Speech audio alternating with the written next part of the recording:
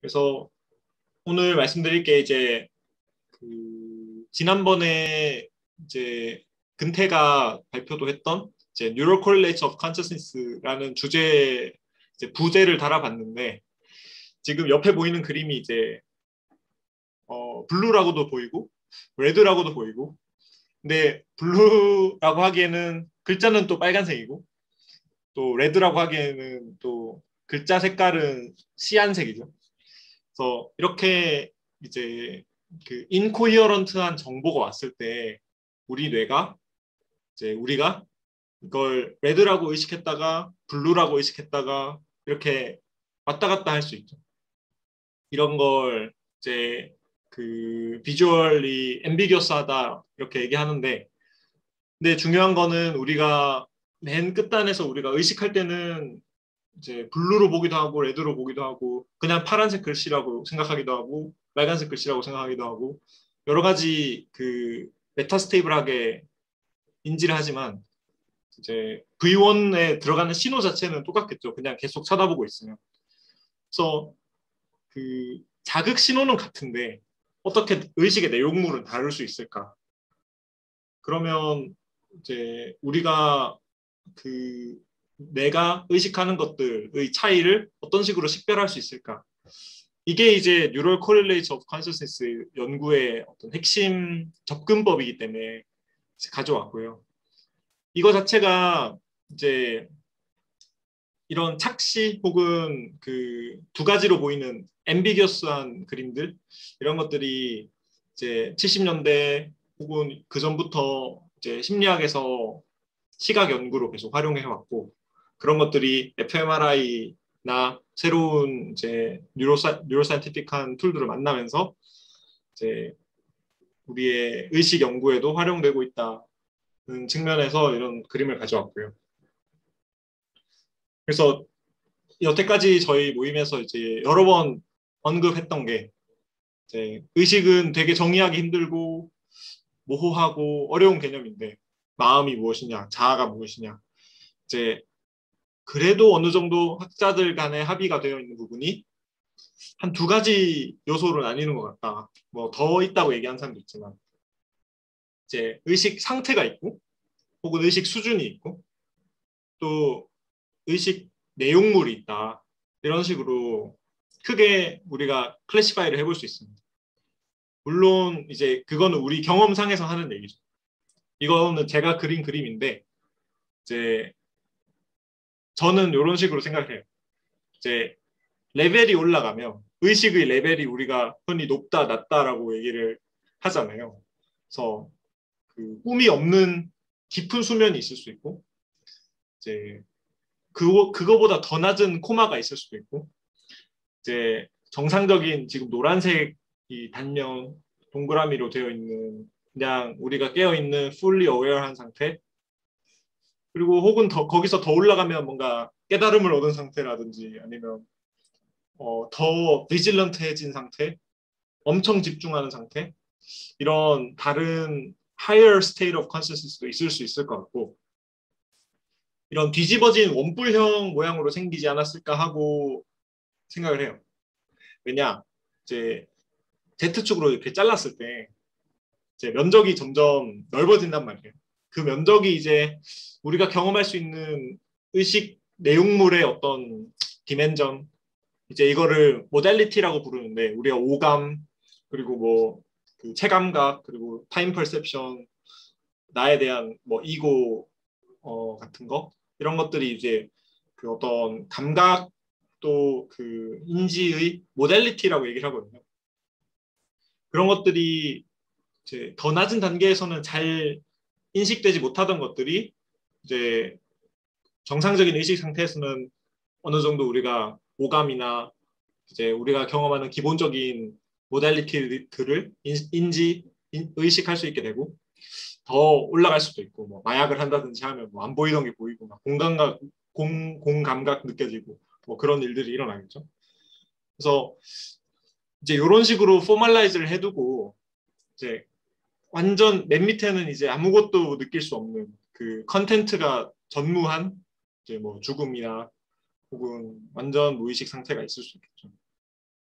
그래서 이런 식으로 포멀라이즈를 해서 그러면 레벨에 대응하는 건 뭔지 또 컨텐츠에 대응하는 건 뭔지 이런 식으로 사람들이 알게 모르게 접근을 해왔습니다. 그래서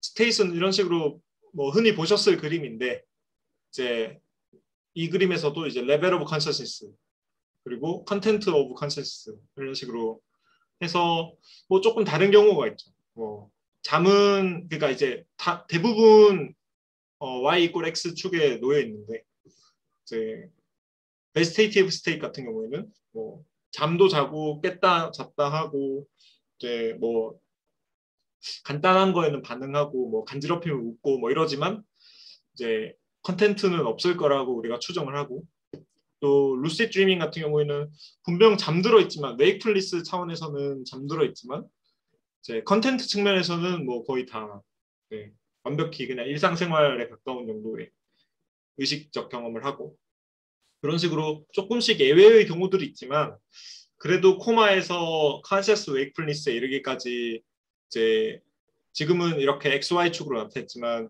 이런 식으로 어떤 너비의 차원이 이렇게 넓어지는 걸로 표현을 할 수 있을 것 같아요.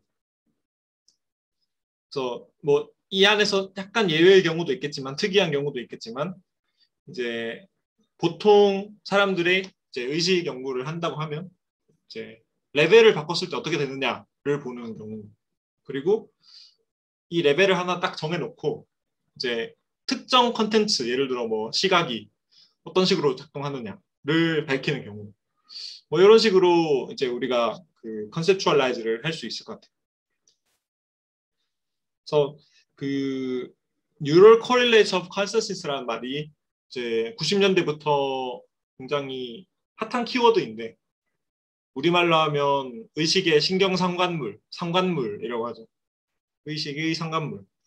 그래서 그 correlate이라는 말을 쓴 게 우선은 우리가 의식이 뭔지는 잘 모르겠으니까 한 발 후퇴해서 코릴레이트부터 알아보자. 상관관계에 있는 신경적 구조들, 신경적 기능들에 대해서부터 접근해보자라는 시도이고, 요게 이제 그 좀 더 역사적으로 말하자면 이제 여러분들 잘 아시는 프랜시스 크릭이 이제 말년에 그 의식 연구를 하셨는데, 그리고 이제 크리스토프 코흐도 같이 연구했죠. 그래서 그 두 분의 어프로치였어요. 이제 좀 의식의 어떤 철학적인 그 정체는 일단 잘 모르겠으니까 이제 불가지론적으로 일단 묻어두고 우선은 코릴레이트부터 다 밝혀내 보자 라는 접근법을 그 분들이 쓰셨고 그래서 이 말이 이제 유행을 하게 됐습니다. 그래서 이런 식으로 그림 뭐 흔히 이런 식으로 찾아보면 나오는데 이제 우리가 뭔가 경험을 하면 외부 세계에 대해서 그 뭐 광자가 이제 눈에 들어와서 일렉트릭 시그널로 변환이 되고 그러면 이 물리적으로 이 뇌라는 신경계가 특정한 변화가 있을 겁니다. 그래서 파이어링이 일어나고 오실레이션이 일어나고 그런 뉴로널 체인지가 일어나는데 그것과 더불어서 우리는 컨셔스 퍼셉션을 한단 말이죠. 어떤 개를 본단 말이죠. 개를 보는 건 알겠는데 그때 뇌에서 어떤 변화가 일어나는가를 우선 스캔을 해보자. 라는 게 이제 NCC를 일단 파악하자라는 말로 이제 쓰이고 그래서 그 퍼셉추얼한 체인지, 의식상의 변화가 일어날 때 동반되는 뇌의 구조적 변화, 뭐 기능적 변화를 NCC라고 부르고 두 가지 그 아까 말한 의식 상태와 내용물에 대해서 둘 다 NCC가 있을 수 있겠죠.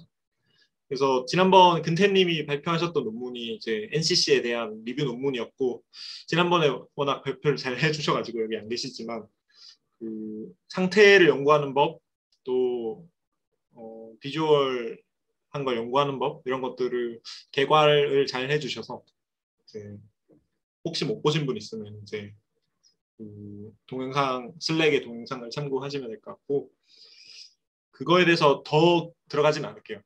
어쨌든 NCC를 찾아내는 게 지금 현대 의식과학의 과제다. 라는 거를 말씀을 드리고, 그래서 사실 우리에게 주어진 방법론이 크게 없어요. 이제 여기 이 기술들 중 하나를 써보신 분이 계실지 모르겠는데,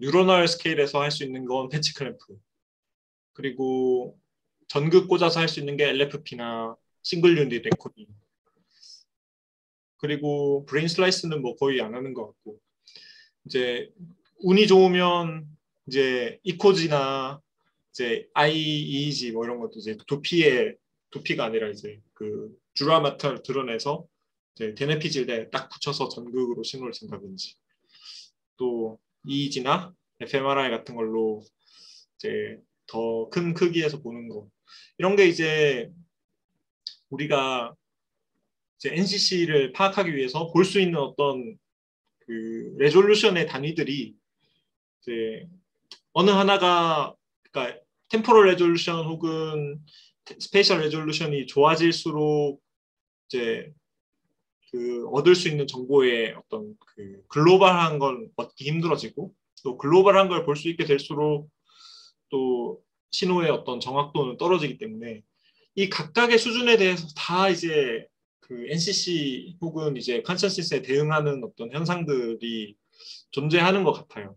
그래서 사실 정리하자면 할 수도 있는데, 제가 그 더 시간이 있었으면 좋았을 텐데, 그러니까 이제 글로벌한 수준에서 봐서 나오는 이제 예를 들어 감마 싱크론이 이따가 말씀드릴 것들, 뭐 그런 것들이 이제 NCC라고 주장하는 사람들, 그리고 심지어 이제 뉴로널 레벨에서는 퀀텀 컨센서스 주장하는 사람들도 있고, 이제 LFP 같은 경우는 이제 그 어떤 뉴로널 앙상블들이 이제 기억이나 또 퍼셉션에 이제 관여한다고 말하기도 하고, 그런 연결주의적인 접근법들, 이런 것들이 이제 매 수준에서 우리가 컨센서스의 신경 상간물을 찾으려는 시도들이 있어 왔기 때문에 그것 따라서 이제 자기만의 이론이 존재하는 것 같아요.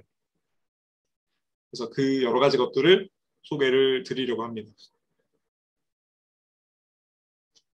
그래서 아까 말씀드렸던 이제 ambiguous figure, 이제 우리말로 뭔지 모르겠는데 다의 도형이라고, 다의 도형, 그러니까 뜻이 다양한 도형이라고 했던 것 같아요.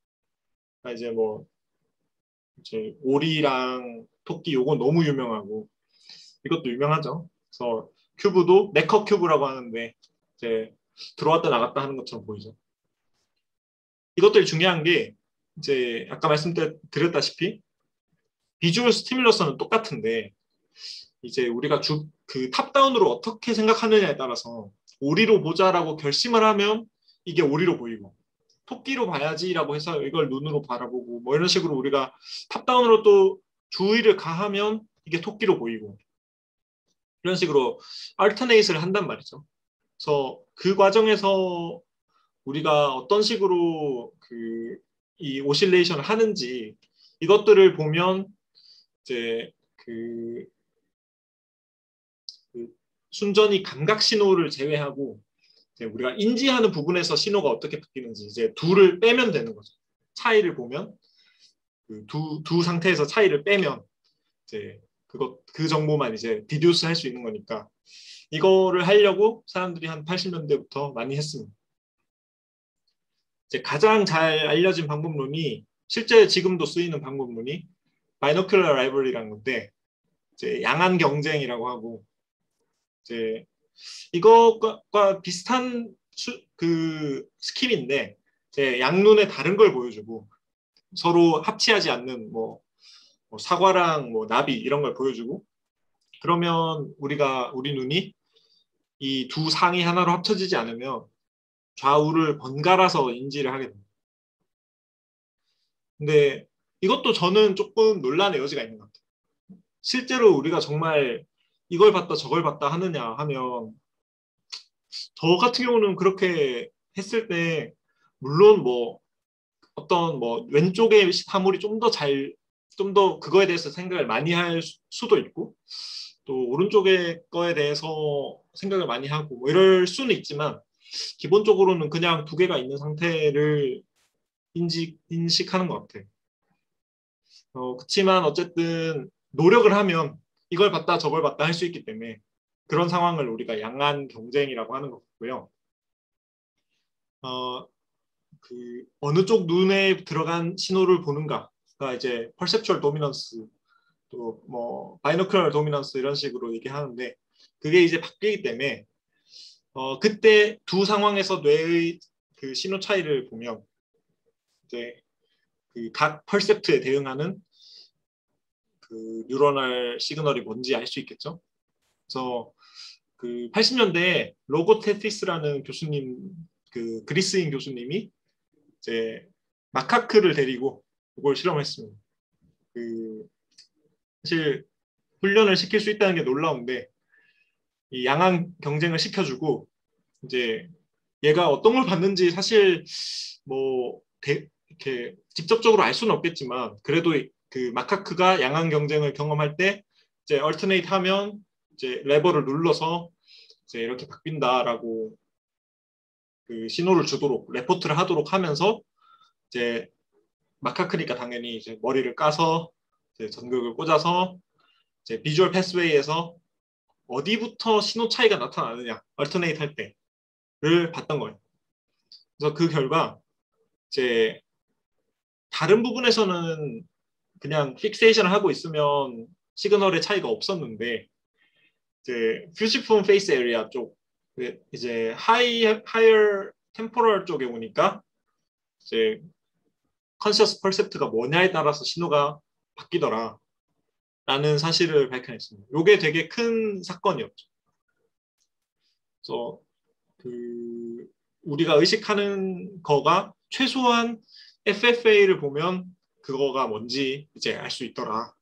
그래서 여기서 그 우리가 뭐 얼굴 인식 부위라고도 하고 얼굴뿐만 아니라 우리가 신경 써서 구별하는 것들 예를 들어서 만약에 뭐 애니메이션 아니면 뭐 건담 덕후이신 분들은 건담 로봇들만 봐도 되게 세밀하게 구별을 하잖아요. 여러 가지 버전이 있으면. 그러면 그냥 일반인 저 같은 일반인은 뭘 봐도 뭐 FFA가 딱히 안 켜지는데 이제 그분들은 엄청나게 디테일하게 이렇게 구별해서 뭐 이거는 뭐 몇 년도에 나온 뭐고 뭐 이런 식으로 인지를 할 때 이제 FFA가 켜진다고 해요. 그래서 차에 관심 있는 분들은 차를 볼 때 켜지고 뭐 그런 식으로 그 하이어하게 되게 잘게 그 이제 구별하는 정보들이 이제 FFA에 온다고 하는데 이게 지금 제가 그 지금 회의가 40분 시간 제한이 있다고 하는데 혹시 시간 제한이 없으신 분 계신가요? 저희 학교 예정인데 이거 왜 있는지 왜 이거 되는지 모르겠네요.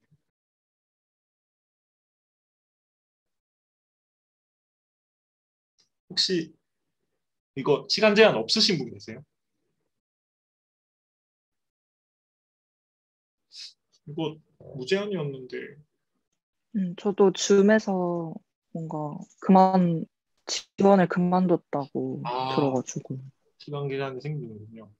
그러면 그러면 다시 열어야겠죠? 종료되면?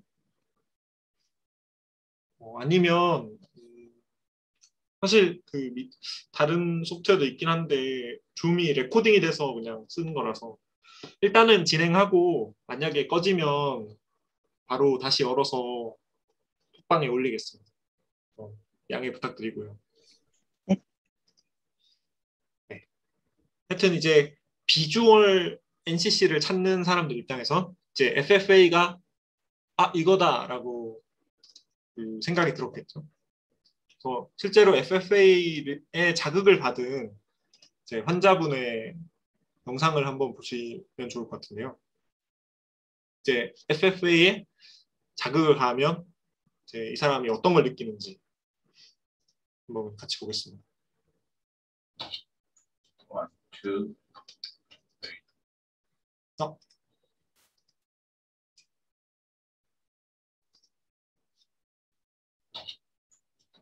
1, 2. You just turned into somebody else. Your face metamorphosed. Your nose got saggy, went to the left. You almost looked like somebody I'd seen before, but somebody different. That was a trip. 네, 이런 식으로 지금 FFA에 직접적으로 자극을 가하면 우리가 컨셔스하게 perceive하는 내용을 이제 뭐 얼굴이 일그러진다든지 아니면 아는 사람 얼굴로 바뀐다든지 이런 식으로 착각이 일어나게끔 그 커널리 영향을 줄 수 있다. 이거는 코릴레이트를 넘어서 이제 코잘 릴레이션십까지 갈 수 있는 거죠. FFA를 건드리면 의식의 내용물이 바뀌니까.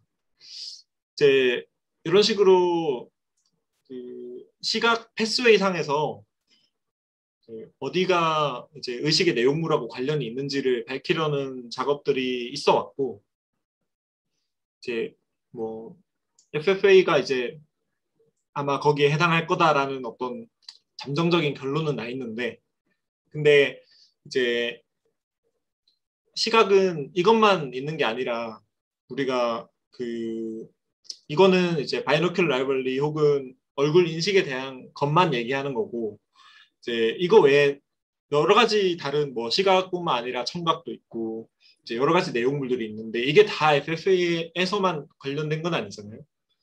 그래서 우리의 생각들 그리고 기억들 또 뭐 이미저리 같은 것들 여러 가지 모달리티들이 어떤 식으로 이제 그 뇌의 부위들과 상관이 있는가는 아직도 밝히는 중이고, 그리고 크리스토프 코어가 이제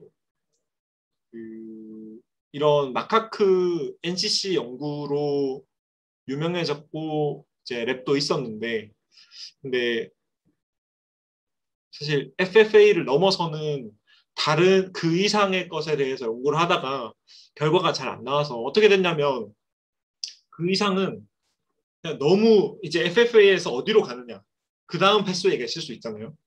그거를 찾으려다가 너무 복잡해가지고 오만 대로 다 가서 이제 의미 있는 결과를 얻기 실패하고 뭐 앞으로 나올 뭐 핫존 뭐 이런 얘기만 나오고 되게 애매한 어떤 뉴러널 그룹들이 전반적으로 다 활성화된다라고 결론이 나서, 그래서 결과적으로 랩이 터졌고 이제 지금은 솔크에서 이제 몸을 의탁하고 있는데 결과가 좀 안 좋았어요. 그래서 비주얼 NCC 연구가 유행이 많이 지났어요. 그래서 그런 걸로 알고 있고, 그래서 그냥 어느 정도는 다 밝혀졌는데 지금 이런 식으로 건드리면 뭐 다르게 느낀다, 뭐 이 이상으로 우리가 뭔가 얘기하기가 아직은 어려운 상태인 것 같아요. 그래서 그런 식의 좀 접근법적 한계가 있는 것 같다라는 얘기고요.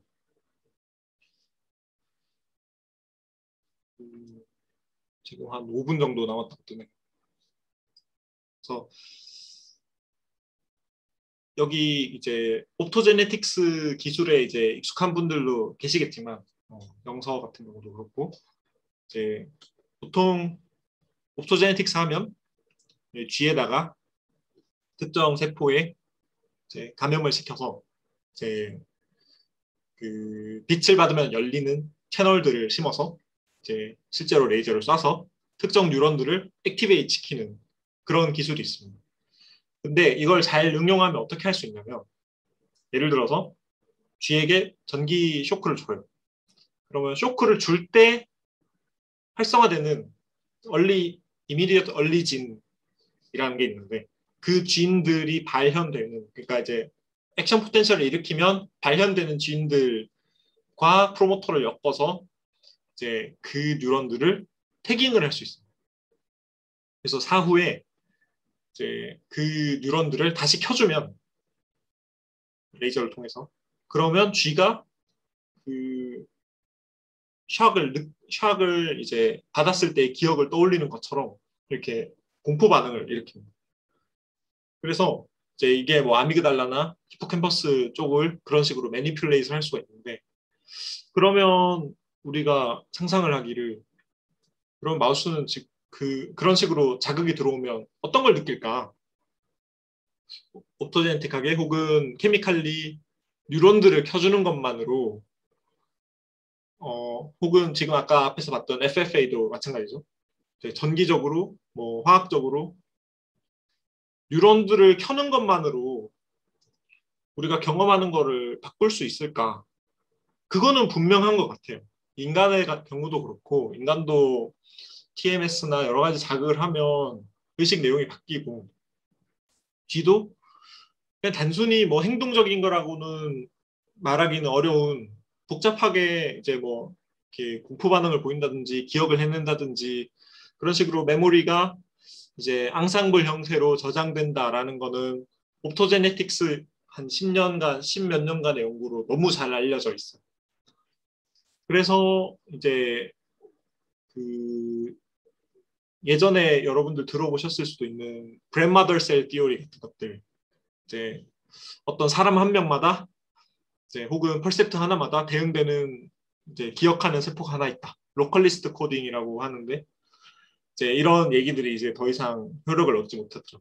이제 되게 많은 뉴런들이 그 중에 되게 일부 스파르스한 애들이 이제 어떤 정보 하나를 코딩한다, 디스트리뷰트 코딩 된다. 그래서 모든 세포가 다 참여하는 것도 아니고 이제 이런 식으로 코딩된다라는 사실은 우리가 알고 있는데 그러면 이 뉴로널 그룹들이 아미그달라나 히포캠퍼스 혹은 그 콜텍스 전체에 다 대응되겠죠. 그래서 이런 뉴로널 그룹들이 뭐 어떤 식으로 조직되길래 그 경험으로까지 이어지는 건가, 코릴레이시 왜 그런 식으로 만들어지는 건가에 대해서 우리가 이론화를 해볼 수 있겠죠. 네. 그런 스파르스한 코딩이 우리 경험과 어떤 관계가 있는가 이런 거를 이제 사람들이 이론화를 하려고 했습니다. 이 그 논리의 흐름을 잘 따라오시면 좋을 것 같아요.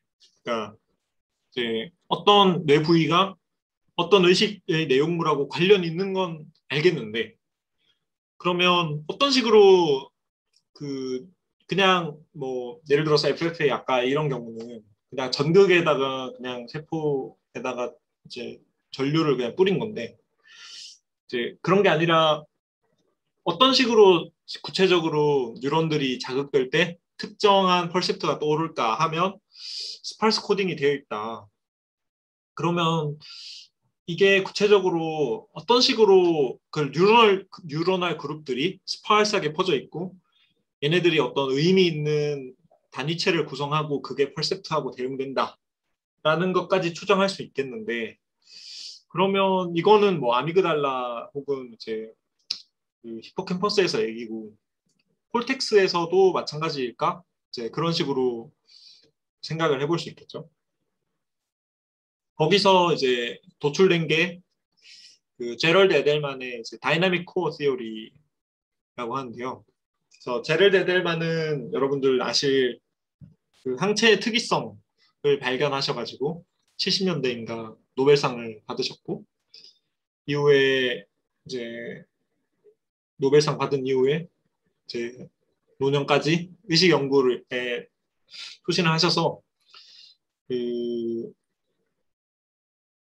이제 생각해 보면 항체의 특이성 이론이란 게 다윈주의적인 관점이 되게 많이 묻어 있는 이론이거든요. 생각해 보면 이제 특이성이 많은 애들, 그러니까 항원을 잘 인식하는 애들은 살아남고 더 많이 이제 리프로듀스 되고 그런 식으로 우리 몸에서 접근하고 있다는 거죠. 그러니까 이제 되게 다양한 베리언트가 있고 그 중에 하나가 셀렉션 되는. 이제 이분은 우리 뇌도 그럴 거다. 그래서 굉장히 다양한 뉴런al 그룹들이 있고 이제 환경에 그리고 혹은 나의 가치와 잘 대응하는 이제 뉴런al 그룹의 어떤 활동 패턴이 선택돼서 이제 그게 이제 컴피티션을 통해서 어떤 하나의 그 전체 뇌의 활동으로 될 거다. 뭐 이런 식으로 그 신경 다윈주의, 뉴럴 다윈이즘이라고 하는 이론을 세우셨는데 그거랑 이제 궤를 같이 하는 게 이제 이런 다이나믹 코어 시어리인데 한 80년대의 이론이에요. 그래서 조금 설명을 하자면 이분의 일단 그 추정은 이제 그 의식은 살라모 콜티칼 네트워크에서 일어난다. 시상 피질이 엄청나게 덴스하게 연결되어 있는 있는데 이게 무슨 피드백 룹 이런 게 아니라 그냥 거의 한 몸이라고 봐도 될 정도로 서로 되게 레시프로컬하게 물론 뭐 랜덤리는 아니고 되게 구조적인 방식으로 양방향으로 연결되어 있다. 그래서 이게 그냥 신호가 왔다 갔다 하는 게 아니라 거의 한 몸처럼 움직이는 그런 거를 리엔트리라고 불렀어요. 재유입이라고, 아니면 재연결 뭐 이런 식으로 얘기하는데 그런 식으로 뇌가 일단 짜여 있고, 근데 그 살라모 콜티칼이랑 비교하자면 예를 들어서 베이설 갱글리아나 아니면 히포캠퍼스 같은 경우는 이제 이런 식으로 룹 모양을 하고 있기 때문에 이제 신호가 뭐 서브스텐셜 다이그램 뭐 이런 데 와서 이제 이런 식으로 처리되고 이제 룹 형태로 이렇게 고리 형태로 다시 이제 시상 피질 쪽으로 들어가고 뭐 이런 식으로 모듈 형태로 있고, 시상 피질계 자체는 되게 덴스하게 막 짬뽕되어 있다. 그래서 손해나 베이설 갱글리아 뭐 이런 애들은 우리가 필요할 때 한 번씩 이렇게 쓴다. 뭐 이런 식으로 얘기를 컨셉츄얼라이즈를 하셨고, 그래서 얘네는 사실은 의식하고 관련 없고 뭐 운동이나 이런 데 쓰이는 거고, 시상 피질계에서 의식적 경험이 일어나는데 이걸 어떤 식으로 이해를 하시냐면 이제 우리의 퀄리아 스페이스라는 게 있다라고 가정을 했어요. 퀄리아 이제 정은님께서 이제 들어보셨을지 모르겠지만 이제 우리가 어떤 감각하는 것들의 느낌 그 자체, 뭐 이거는 파란색, 이거는 파란색, 그러니까 빨간색의 빨감 그 자체, 또 장미의 향기 그 자체, 뭐 말로 형언할 수 없는 그 느낌 그 자체를 퀄리아라고 하는데, 이제 퀄리아가 신경세포의 어떤 활동 뭐 이런 것과 어떻게 관련되는가, 이런 게 이제 하드 프로블럼이라고, 의식의 하드 프로블럼이라고 얘기를 하고, 그래서 에델만 님이 주장하신 거는 이 살라모 콜티칼 네트워크가 수백만 개의 뉴로널 그룹들의 재유입 연결 상태인데, 이 뉴로널 그룹들은 각각 이제 하나의 이 퀄리아의 엑시스에 해당한다라고 이제 가정을 했어요. 이제 예를 들어서 V4의 어떤 뉴런들은 얘네들이 많이 활성화되면 우리가 빨간색을 본다. 그러면 얘네들은 그 빨간색이라는 축에서 어떤 한 점에 대응한다. 근데 우리는 이제 RGB가 있으니까 그 삼원색을 보니까 이제 컬러에 대해서는 축이 3개인 거죠. 그래서 뭐 예를 들어 지금 요게 레드에 대한 축이면 이제 이 점은 이제 빨간색을 보는 것에 대응하는 거죠. RGB가 이제 3차원이 있을 때 뭐 다 활성화돼 있다. 그러면 뭐 흰색일 거고, 뭐 이런 식으로 이제 우리가 보는 경험이 어떤 좌표축상에 대응될 수 있다고 보는 거죠. 근데 우리는 시각만 보는 게 아니라 다른 모달리티도 보죠. 이제 시각이라는 모달리티 안에 뭐 움직임도 있고 형태도 있고 또 뭐 형상 혹은 사물 뭐 이런 것도 있을 수 있고, 그런 것을 담당하는 뉴런널 그룹이 하나의 축이 되고, 이런 식으로 하면 만약에 100만 개의 뉴런널 그룹이 있다고 하면 100만 차원의 어떤 퀄리아 스페이스가 존재하겠죠. 근데 그렇다고 해서 퀄리아 스페이스가 모든 우리 신체와 관련된 걸 포함하진 않아요. 예를 들어서 혈압 같은 경우는 우리 뇌에 분명히 혈압을 담당하는 뇌 부위가 있는데, 이제 브레인스템 쪽에 가면 있는데, 우리는 혈압 그 자체를 퀄리아로서 의식하진 않는단 말이에요. 빨간색, 파란색 이런 것처럼 선명하게 느끼진 않는단 말이에요. 물론 뭐 몸에 이제 덜컹거림, 뭐 아니면 뭐 뒷목 땡김, 뭐 이런 걸 통해서 통증이나 이런 걸로 느낄 수는 있지만 혈압 자체를 느끼진 않는단 말이죠. 그거는 혈압을 담당하는 뉴로널 그룹들이 시상피질계의 다이나믹 코어의 일부가 아니기 때문이다 라고 얘기를 했어요. 그래서 각각의 뉴로널 그룹이 하나의 축을 이루면 그 축에서 특정 점 하나, 그 공간에서 특정 점 하나가 우리가 살면서 경험하는 모든 가지수들을 생각해보면 사실은 엄청 날 거잖아요. 이제 살면서 죽을 때까지 정말 똑같은 경험을 하는 경우는 거의 없을 거잖아요.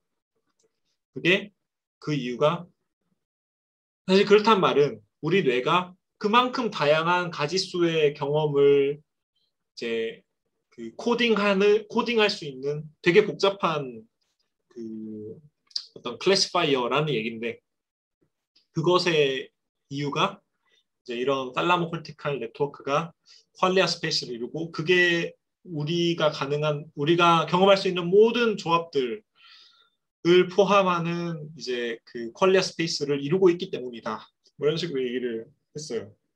그래서 의식이란 건 그러므로 이제 다이나믹 코어가 매 초 뭐 수십 번씩 이렇게 변해가면서 매 순간순간 다른 경험들을 해가는 순간순간 다른 경험들, 다른 퀄리아 스페이스 점상에서 이렇게 트레젝토리가 찍히겠죠. 그러면 빨간색을 봤다가 이렇게 파란색을 보고 뭐 이런 식으로 그 트레젝토리가 바뀌어 가는 게 우리의 경험이고 그러므로 그 의식은 이 다이나믹 코어라는 이 탈라모콜티칼 네트워크가 전체가 다 소모되는 그러니까 복잡한 형태를 볼 때나 뭐 예를 들어서 방 안에 눈 감고 가만히 누워 있는 경험이나 아니면 뭐 전쟁터에서 싸우는 경험이나 그냥 이 퀄리아 스페이스 중 하나일 뿐이라는 거죠. 그냥 이제 의식은 그 전체 다이나믹 코어가 해가는 그 전체론적인 홀리스틱한 프로세스니까. 그래서 이게 이제 에델만의 이론이고 저도 요 이론과 관련된 책을 한 거 번역을 했었고 뭐 뇌는 하늘보다 넓다 또 뭐더라 하여튼 에델만의 책이 몇 권이 번역이 돼 있어요. 그래서 관심 있으시면 읽어보시면 좋을 것 같고 되게 그 시대 치고는 굉장히 그 후대에도 지금 인플루언셜하게 작용하고 있는 어떤 사유 방식이라고 생각이 돼요. 이런 식으로 그 나의 경험이 특정 이제 랜드스케이프 안에서 어떤 한 점에 대응된다라는 이런 사고의 전환이 굉장히 의미 있다고 생각이 되고 그러면 이제 우리가 물어볼 수 있는 질문이 좋다 이거예요. 그러면 그 여러 가지 모델리티가 있고 그것들이 하나의 좌표를 이루는 건 알겠는데 그러면 걔네들이 실제로 뇌에서 어떻게 조합이 되냐. 예를 들어서 우리는 그냥 시각 하나만 느끼는 게 아니라 밥 먹을 때 생각해 보면 뭐 음식을 보기도 하고 냄새도 맡고 먹기도 하고 근육도 움직이고 여러 가지 행동들을 같이 하고 또 여러 가지 자극들을 한꺼번에 느끼고 그런 모델리티들이 결합이 된단 말이죠. 그래서 하나의 그 퍼셉트를 우리가 느끼는데 그게 도대체 그러면 신경계에서 어떻게 일어날 수 있느냐? 이게 이제 그 뉴로사이언스에서는 바인딩 프로블럼이라고 부릅니다. 그래서 결합 문제라고 하는데 하나의 의식적 경험으로 어떻게 통일되는가? 이 문제가 이제 왜냐하면 우리가 알고 있기로 시각이랑 청각이랑 각각의 모달리티들이 상당히 먼 곳에서 각자 처리가 되고 이런 식으로 모듈러하게 기능한다는 게 커그니티브 뉴로사이언스의 되게 핵심적인 그 엑시옴이란 말이에요. 각각 뇌부위마다 담당하는 기능이 있다. 근데 그게 언젠가 합쳐져서 우리가 어떤 식으로든 합쳐져서 의식적 경험을 통합적으로 경험한다. 그게 어떻게 일어날 수 있는가라는 게 이제 결합 문제라고 하고 그거에 대한 답으로 이제 제시됐던 게 이제 감마 싱크로나이제이션이라는 그 현상입니다. 그래서 그 뇌파를 재보니 한 80년대부터 이제 무슨 시각 아까 말씀드렸던 뭐 이런 바이노클 라이블리나 이런 시각 경험을 하는 뇌를 찍어보니까 되게 먼 뇌 부위들이 이제 한 40Hz 정도로 싱크로나이즈를 하더라. 예를 들어서 이제 페이스 락킹 돼 있다 그러면 이제 이게 EEG 전극 하나고 이게 EEG 전극 뭐 이제 뇌의 앞부분, 뇌의 뒷부분이라고 하면 얘네가 이제 그 오르락 내리락 하는 게 이제 페이즈 락킹이 되어 있는 거죠. 그러면 얘네들이 사실은 서로 억제하든지 서로 강화하든지 하는 식으로 이제 그 되게 인터락킹 되어 있다고 우리가 볼 수 있는 거거든요. 근데 그게 또 한 40Hz 정도로 일어나고 40Hz면 이제 그 25ms 정도잖아요. 그래서 그런 식으로 되게 빠르게 이제 정보가 교환된다라고 추정을 합니다. 그래서 이게 의식이 통합되어져 있다라는 측면을 생각했을 때는 이 감마 싱크로니가 이제 여러 곳에 분포된 뉴런들을 하나로 인테그레이트해서 이제 하나의 시너리를 만드는 기제가 아닐까 하는 추정을 사람들이 하고 있고, 이제 이 감마 싱크로니 같은 경우는 어느 정도 잘 조직된 그 콜텍스 조직에서는 뭐 그냥 뉴런을 컬처하기만 해도 감마 싱크로니가 일어나고, 이게 좀 인히어런트한 그 시그널인 것 같아요. 근데 이제 특히 어떤 걸 퍼셉션 할 때 이런 것들이 강화되는 걸로 봐서 뇌가 이런 기전을 이용하는 게 아닐까 하는 생각이 들고, 근데 저도 막 자세한 거는 몰라가지고 그냥 개념적으로만 소개를 해드리겠습니다. 이거는 거의 물리학 쪽에서 통계물리나 그런 쪽에서 많이 연구하시더라고요. 이게 모델링도 하시고, 이제 페이스 락킹이라는 것 자체가 이제 복잡계에서 되게 준태님. 바인딩이 뉴런 단위냐 지역 단위냐. 보기 나름인데요. 뉴런 단위에서도 일어나고 그 EEG 전극 단위에서도 나타나고, 이게 좀 멀티 레벨에서 나타납니다. 그래서 아마 LFP, 그러니까 이제 그 뉴런얼 그룹들 보는 거랑 이제 EEG 연구가 둘 다 있을 거예요. 그래서 물론 뭐 fMRI로는 바인딩 이런 거 못 보겠지만, 감마 싱크로니는 볼 수 없지만, 전극으로 보면 그런 것들이 이제 뇌 부위들이 이제 그 헤르츠들이 이렇게, 그러니까 이제 고주파 성분들 40Hz 쪽 성분들이 이제 페이즈가 이제 락킹되어 있는 것들이 나타납니다. 근데 그게 되게 먼 뇌 부위에서도 나타나는 게 이제 락킹이 계속 되어 있는 상태에서 뭐 예를 들어서 거기서 조금만 변화를 주면 이게 마치 이런 거죠. 만약에 내가 멀리 있는 사람한테 신호를 주고 싶어. 그러면 이제 줄을 그냥 계속 잡고 있는 거예요. 그러면 그냥 줄을 당기면, 그러면 이 사람도 줄이 동시는 아니죠. 뭐 광속에 준하는 속도를 이렇게 당겨 올 테니까 이제 되게 빨리 정보가 전달되는 거죠. 뭐에 비해서 뭐 예를 들어서 그냥 신호를 야구공을 던지는 식으로 준다고 하면 날아가는 시간이 있잖아요. 이제 그 뉴러널 시그널도 뭐 바로 연결되어 있는 거랑 여러 군데 타고 가는 거랑 이제 멀리 떨어진 뇌 부위에서 이제 그 정보를 교환하는 속도가 다를 텐데, 이게 계속 싱크로나이즈 되어 있고 그게 약간 페이즈가 조금 뭐 싱크로니가 안 맞게 되거나 아니면 뭐 이제 그런 식으로 정보를 교환한다는 거죠. 이제 마치 되게 멀리 떨어져 있는 사람이 줄을 통해서 이제 신호 전달을 하는 것처럼 계속 이어져 있는 상태를 유지하면서 그 안에서 그것에 약간 달라진 뭐 이런 걸로 정보를 교환할 수 있지 않겠느냐, 뭐 이런 것들이 이제 그 통계물리학자 분들의 추정인 것 같아요. 그래서 막 자세한 건 모르겠어서. 그래서 그런 연구가 많이 이루어지고 있고요. 근데 이제 그러면 지금 준태님도 질문을 주셨지만, 그러면 이게 뉴런 단위에서 이렇게 뭐 도대체 어떻게 일어나는 거냐?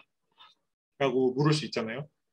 그래서 그거에 대해서 좀 더 디테일한 답을 드릴 수 있는 게, 이건 되게 최근에 나온 이론인데 Dendritic Integration Theory라는 게 있습니다. 이게 뭐냐? 싱크로나이제이션이란 건 그 피드백 룹 같은 게 형성이 돼 있다는 얘기인데 아까 에델만도 리엔트리라고 되게 덴스한 어떤 그 피드 포워드 피드백 인터랙션을 얘기를 했는데 그게 실제로 어떤 식으로 구현되어 있느냐 하면 의식과 관련해서 되게 재밌는 논문이 있어요. 그래서 이제 우리 콜텍스를 보면 콜텍스가 이제 6층으로 돼 있잖아요. 근데 5층에 L5에 이제 피라미달 뉴런들이 있는데 피라미달 뉴런이 보통 되게 큰 녀석들 그래서 L1에서 L6까지 다 뻗는 애들이 이제 L5에 자리하고 있는데 그러면 얘가 이제 버티컬리 어떤 그 전신주 역할을 해서 그래서 그 L1으로 들어오는 신호들 또 L5로 들어오는 신호들을 이렇게 중간에서 이제 인테그레이트하는 역할을 한다라는 게 이제 DIT라는 시어리고 이거를 뒷받침하는 증거로서 이 중간의 이 타고 흐르는 이 뭐라 그러죠? 이 가지 부분을 옵토제네틱스였나 케모제네틱스 같은 걸 이용해서 여기에 신호 전달되는 걸 막았더니 이제 전기 신호가 전달되는 걸 막았더니 이제 의식을 잃더라라는 거죠. 그래서 그 이쪽으로는 보통 이제 여기가 L1 이제 두피 부분이고 이제 이쪽이 L6인데 이쪽으로 들어오는 신호는 보통 이제 콜티칼이에요. 그래서 그 뭐 이쪽에서 그러니까 L1, L2 쪽에서 이제 그 소통하는 신호들과 그리고 L5 같은 경우는 여기서 이제 보통 보면 네 그렇죠 여기도 나와 있듯이 이제 L5가 다시 다른 콜티칼 뉴런의 L1에 그러니까 이쪽에 정보를 줍니다.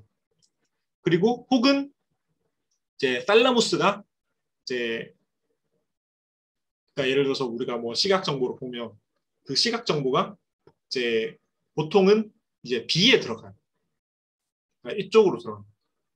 그래서 피처 스페시픽, 컨텍스트 스페시픽 이런 얘기를 하는데, 그러니까 이제 말하자면 우리가 탑다운으로 예를 들어서 뭐 추측하는 거, 우리가 이 신호는 이거지 않을까? 뭐 아까 예를 들어 있다면 뭐 이건 오리이지 않을까? 이 그림은?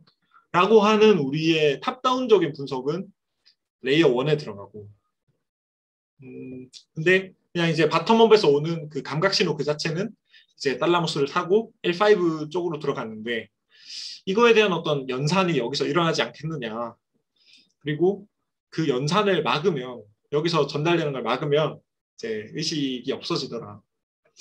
그리고 그걸 관여하는 게 이제 달라무스더라.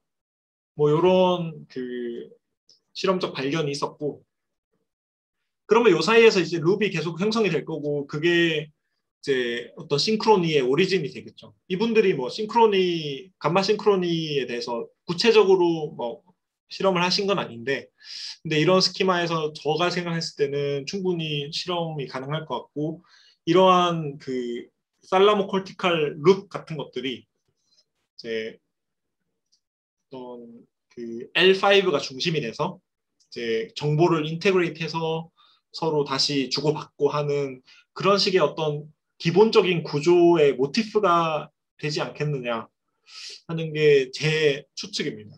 이분들도 뭐 그렇게 주장하시고 그래서 살라무스가 이제 그런 인포메이션 플로우를 또 이렇게 미디에이트해서 차단하든지 열어주든지 해서 우리가 그 의식을 잃거나 이제 깨어나거나 하는 변화도 뭐 이런 식으로 해서 일어나는 거다.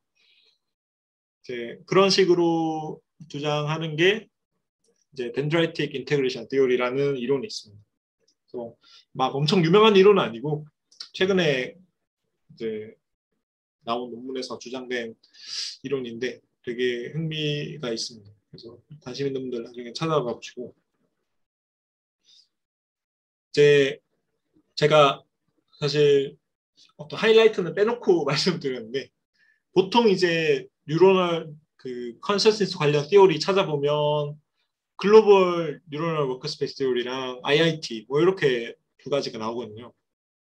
그래서 지금까지 이제 셀룰러 레벨까지 내려왔는데 그러면 이제 그 다시 홀브레인 레벨로 올라와서 이런 식으로 정보가 마이크로 레벨에서 교환된다고 하면 그게 각 부위별로 어떤 식으로 다시 합쳐지는 걸까를 설명하는 이론이 이제 글로벌 뉴럴 워크스페이스 티어리가 있고 또 그거에 경쟁하는 이론으로서 IIT가 있습니다. 그래서 하나하나 설명을 드릴 텐데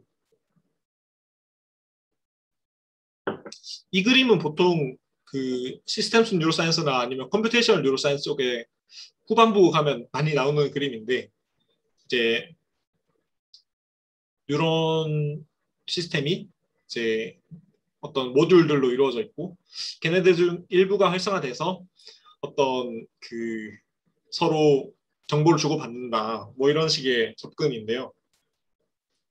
그래서 그 GWT 혹은 GNWT라고 하는데 이 이론은 사실은 그 뉴로사이언스적인 이론이라기보다는 심리학적 혹은 인지과학적 모델에 가깝습니다.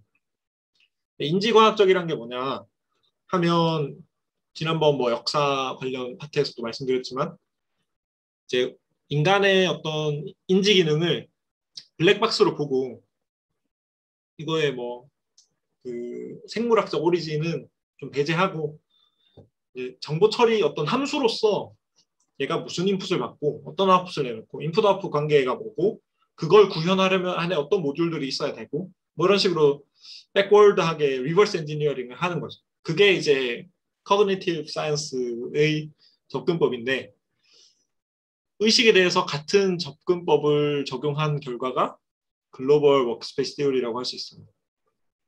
그래서 이제 우리가 경험하는 바에 따르면 어떤 어텐션이라는 게 존재를 하고 이제 내가 의식하는 내용들 그리고 의식되지 않는 내용들이 확연히 구분되고 또 의식되지 않다가 또 경계에 있다가 또 의식되기도 하고 아차 하고 알아차리기도 하고 그런 것들이 우리의 의식적 경험의 어떤 본질이란 말이죠.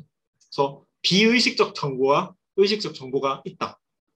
그리고 어텐션이 가해진 정보가 의식된다. 한 요 정도 가정에서 출발해서 이제 버나드 바울스라는 분이 90년대에 만든 어떤 모델입니다. 그러니까 모델이에요, 모델. 그래서 뇌가 어떤 식으로 연결돼 있는데 이제 그 각각의 어떤 뇌 부위들은 의식이 없어요. non-conscious하게 정보를 처리하는데 이제 프론탈 쪽에서 어텐션을 담당하는 부위가 마치 스포트라이트를 쏘듯이 무대에 스포트라이트를 쏘듯이 특정 정보를 글로벌하게 방송을 시켜요. 이제 다른 non-conscious한 부위들이 네, 준태님 다녀오십시오.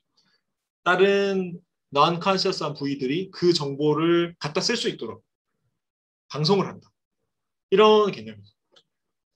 그래서 그게 이제 그 의식과 무의식적 정보의 차이를 잘 설명할 수 있고 그리고 이제 어텐션이라는 현상 자체도 잘 설명할 수 있고 이제 아까 말씀드렸던 그 에델만의 그 다이나믹 코어 티어리하고도 맞닿는 점이 있고 그래서 사람들한테 각광을 좀 받았고 그래서 그치만 사실 이 이론은 그 근본적으로 우리가 어떤 식으로 뭐 이렇게 그 퀄리아 문제, 마인드 바디 프로블럼, 그 하드 프로블럼 자체를 건드리지는 못해요. 그래서 우리가 빨간색을 왜 빨간색으로 보는지 뭐 그런 거에 대해서는 사실은 크게 말해주는 게 없고 다만 왜 어떤 거는 의식되고 어떤 건 의식되지 않는가에 대해서는 이제 말해줄 수 있는 부분이 있는 거죠. 어떤 걸 의식하는 이유는 프론탈 롭 쪽에서 그것에 그 탑다운 어텐션을 가하기로 결정했기 때문에 그러면 그게 모종의 그 기제를 통해서 그 정보가 이제 뭐 아까 말씀드린 뭐 감마 싱크론이나 뭐 이런 걸 통해서 다른 내부위에도 전달돼서 이제 홀리스틱하게 연산이 일어난다. 뭐 이런 식의 접근이 글로벌 워크스페이스 티어리인데 맞는지 몰라요. 그래서 뭐 그걸 서포트하는 이런 관점을 서포트하는 것도 있고 아닌 실험 결과도 있고 왜냐 그런 워크스페이스라는 것 자체가 어떤 가상의 인지과학적 개념이기 때문에 우리 뇌에 무슨 판이 있어서 그 안에 우리가 뭔가를 올리고 뭐 이러지 않잖아요. 방송 뭐 게시판이 뭐 이러지가 않잖아요. 가상의 개념인 건데 근데 기능적으로 그런 식으로 기능한다면 맞는 거죠. 근데 글로벌 워크스페이스 티어리의 가장 큰 어떤 장점은 이제 그 어텐션이란 게 사실은 그 쇼텀 메모리, 그러니까 워킹 메모리하고 되게 관련이 많이 있거든요.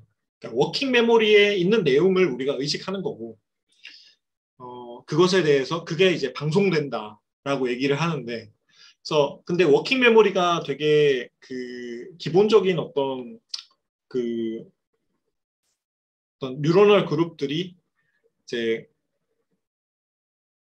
워킹 메모리를 잘 가질 수 있도록 그러니까 정보를 이제 몇 개 정도 잘 이렇게 담을 수 있도록 우리 뇌가 잘 조직돼 있고 그리고 이제 그런 게 그 어떤 되게 우리 뇌의 되게 펀더멘탈한 프로퍼티라는 걸 보여주는 논문들이 꽤 있는 걸로 알고 있어요. 그래서 그런 개념하고 되게 잘 부합한다. 그래서 그런 식의 스트렝스가 있지만 근데 뭐 뉴러널 오리진이 뭐냐 그 워크스페이스가 그러면 뭐냐 하면 사실 몰라요. 이제 그때그때 또 다르고 이런 노드들이라고 표현을 하는데 이게 사람마다 다르고 이 뇌를 찍어보면 뭐 EEG 같은 걸로 분석을 했거든요. 그래서 저번에 김민경 박사님 강연하실 때 다들 안 계셨겠지만 이제 그 뇌파 가지고 이제 각 뇌파들이 그러니까 각 그 전극들이 어떤 식으로 이제 상호작용하고 그걸 이제 네트워크로 만들어서 허브가 뭐고 뭐 어떤 식으로 그 정보가 이제 뭐라 그러죠 어트랙터를 만들고 뭐 이런 그 다이나믹스적인 접근을 할 수 있는데 사람들마다 그 중요 뇌 부위가 다 달라요. 어떤 사람은 프론탈에 있고 어떤 사람은 포스테리어에 있고 그 허브라는 게 사람마다 달라서 사람마다 다르다는 건 그냥 인생 살다가 그때그때 달라진다는 거 아닐까. 그래서 이런 접근이 좀 무색한 거죠. 어떤 뇌 부위가 그런 걸 담당한다가 아니라 뇌가 그냥 그런 식으로 작동한다라는 어떤 컨셉에 가깝게 이해하시면 될 것 같고 그래서 좀 크리티사이즈를 받고 있어요. 또 그에 대응하는 대항마로 나온 게 대항마라고 하면 그렇죠. 어쨌든 지금 대응 관계에 있는 게 이제 유명한 통합정보 이론인데 이 줄리오 토노니라는 사람이 만들었고 줄리오 토노니는 아까 소개드린 에델만하고 같이 일을 했었어요. 에델만이 그 뉴로사이언스 인스티튜트라는 걸 그 샌디에고 쪽에 되게 큰 연구소를 만들고 운영을 했었는데 거기에 되게 지금 현역으로 활동하는 의식과학자들이 거기서 일을 많이 했었습니다. 코후도 일했고 토노니도 일했고 또 애닐세스라는 사람도 일했었고 그래서 그때 약간 양성소 같은 곳에서 토노니가 잠시 이제 협업을 했었고 이제 한 3년 같이 일하고 결별을 해서 자기만의 이론을 만든 게 이제 인테그레이티드 인포메이션 티어리인데 이것의 그 요체는 뭐냐 하면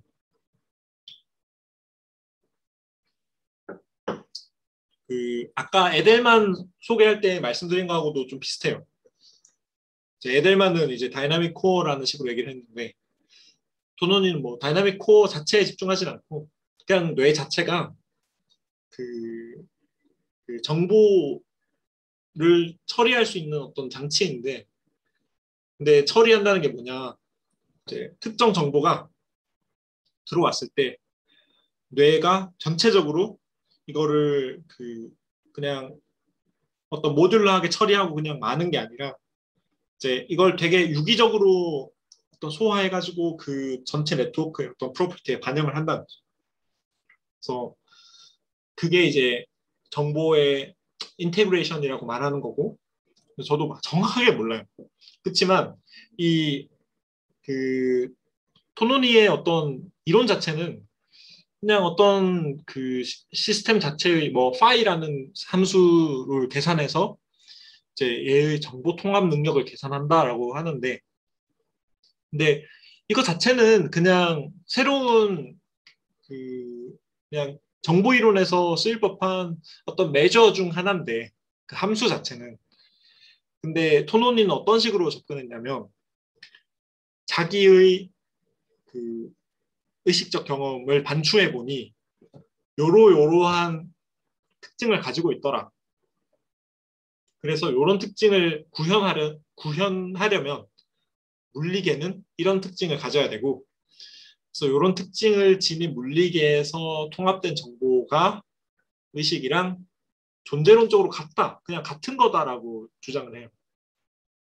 이 부분은 이제 철학적 영역이고, 그냥 통합된 정보가 어떻게 우리의 경험하고 똑같을 수 있느냐, 이거는 이제 논쟁의 영역인데, 그거는 이제 사람마다 받아들이는 그 관점이 다를 것 같고, 그래도 요 접근법 자체는 유용하기 때문에 좀 소개를 드리면 좋을 것 같아서요.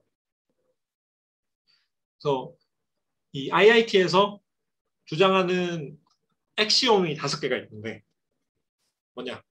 첫 번째는 이제 intrinsic existence, 그러니까 의식이 그냥 존재한다. 의식은 실제한다. 그리고 자기만의 관점이 존재한다 하는 거고, 두 번째는 의식은 여러 가지 구조로 이루어져 있다. 그러니까 시각이 있고 청각이 있고, 그래서 그 구분이 존재한다라는 거고, 그리고 인포메이션이란 건 이제 의식 상태가 정보성을 띈다. 정보성을 띈다는 건 그냥 다른 상태들과 구별된다는 얘기예요. 그러니까 우리가 흑백밖에 못 본다면 이거는 정보성이 낮은 상태인 거고, 흑백 사이에 16비트, 24비트 되게 짜잘하게 다 볼 수 있다면 그거는 어떤 하나의 상태가 나머지 상태와 되게 많이 구별되는 상태이기 때문에 정보 이론적으로 인포메이션이 높다라고 할 수 있어요.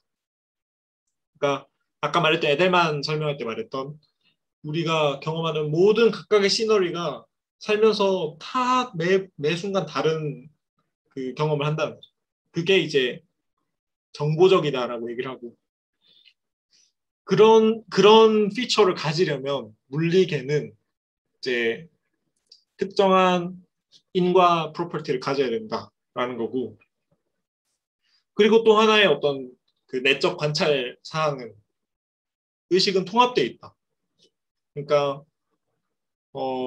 우리가 좌우 시야를 따로 경험하지도 않고, 절대로 시각과 청각을 따로 경험하지도 않고, 그냥 하나의 어떤 전체적인 그 시너리 안에서, 장면 안에서 각각의 모델리티가 통합된 채로 있다는 거죠.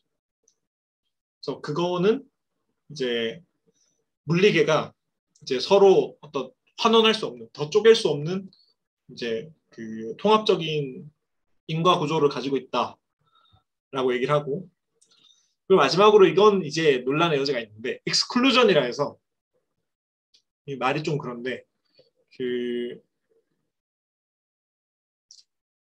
만약에 그러니까 전두엽의 경험을 내가 따로 하지 않는다는, 혹은 좌뇌로서의 경험, 우뇌로서의 경험이 따로 존재하는 게 아니라 그냥 나는 나 전체로서, 그러니까 내 뇌 전체로서의 의식만 경험하고 그 부분의 의식은 경험하지 않는다라는 거예요.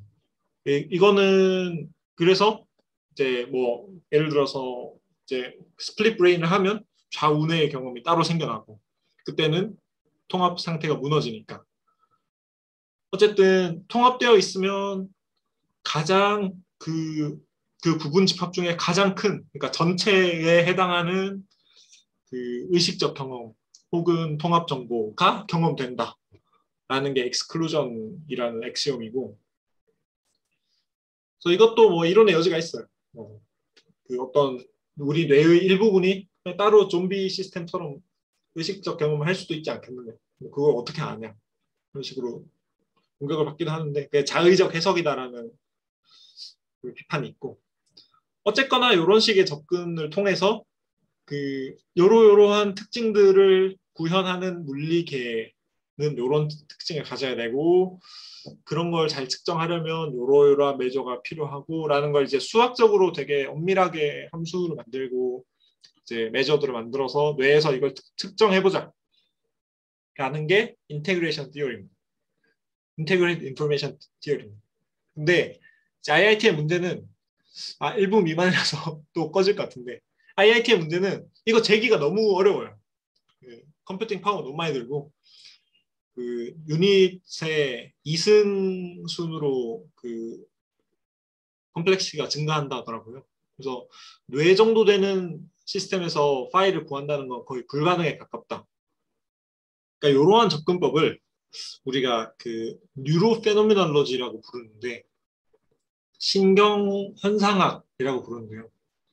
그러니까 현상학이라는 게 저희 뭐 렉처 예전에도 설명했지만 그 물리적인 건 다 집어치우고 내 경험 그 자체의 특징을 분석하자. 그런 게 이제 철학에서 현상학이라고 부르는 어떤 사조고 그걸 이제 계승을 해서 그 프란시스코 바렐라라는 신경학자가 제 뉴로 페노메놀로지라는 말을 만들었는데 이게 뭐냐? 그러니까 우리의 경험 그 자체의 특징들을 우선 일단 다 잘 분석해서 그것과 대응하는 어떤 신경 구조나 신경적 그 기능들 이런 걸 매칭을 시켜보자. 그러니까 우리의 경험의 구조에 주목하자라는 게 이제 뉴로 피노메놀로지이고 그런 의미에서 토노니의 접근법이 이런 거에 잘 대응된다고 볼 수 있어요. 그러니까 시각은 이런 특징을 지니고 있다. 시각은 예를 들어서 중간이 있고 이제 사이드가 있고 또 뭐 예를 들어 뭐 타원형이고 뭐 이런 식의 그 특징을 지니는데 이 현상학적 특징이 있는데 그러면 그것을 담당하는 뇌 부위도 어떤 중심과 사이드와 또 어떤 그 공간성을 지닐 수 있어야겠죠. 어떤 뭐 전체를 말할 수 있고 부분을 말할 수 있고 뭐 이런 식으로 그 매핑이 가능한 특징을 지녀야 할 거다라는 게 이제 말로 표현이 잘 될지 모르겠는데 어쨌든 그 경험의 특질들 분명히 시각하고 청각은 경험적 특질이 되게 다르잖아요. 시각은 어떤 매핑이 되고 공간을 가지고 청각 자체는 뭔가 3D에서 막 펼쳐지고 이러지 않잖아요. 소리가 들릴 뿐이지. 물론 무의식적으로는 이게 뒤에서 오는 거다, 앞에서 오는 거다 알아차릴 수 있지만 우리가 박쥐가 아닌 이상 소리로 뭔가 공간을 매핑하진 잘 않거든요. 그래서 그런 면에서 시각하고 청각하고 되게 다른데 그 다른 차이점이 시각과 청각을 담당하는 의식적으로 담당하는 뇌 부위에도 반영이 돼야 될 거다. 준우님 안녕히 가십시오. 다음에 뵙겠습니다. 네. 그래서 이런 식의 접근법을 해서 계속 논문을 내고 있고 되게 유력하게 주목을 받고 있어요. 근데 이 수식이 되게 복잡하고 어려워서 저도 잘 모르고 이제 그냥 개념적인 내용만 설명을 드리는데 저희 모임에 계셨던 배홍주님께서 이쪽 연구를 하고 계셔서 혹시 관심이 있으시면 홍주님께 연락하시는 게 어떨까 싶습니다. 그래서 죄송합니다. 이 글로벌 워크스페이스 티어리랑 IIT가 지금 어떤 경쟁 관계로 이제 뭐가 맞는지 검증해 보자라는 지금 그 대결 구도에 있어요. 그래서 GNWT를 주장하는 사람들은 아까 말씀드렸다시피 그 어텐션이 중요하기 때문에 이 프리프론탈 쪽에 그 더 많은 활성화가 될 거다. 그리고 IIT는 그게 아니라 이제 포스테리얼 쪽에 더 활성화가 될 거다. 뭐 이런 식으로 이제 그 구획적으로 뇌의 의식에 있어서 뇌의 앞부위가 중요하냐, 뒷부위가 중요하냐. 그래서 앞부위가 중요하면 글로벌 뉴럴 워크스페이스 티어리가 맞는 거고, 뒷부위가 중요하면 IRT가 맞는 거고, 이런 식으로 지금 뭐 좀 너무 단순화됐지만 그런 식으로 해석이 가능하고, 만약에 이제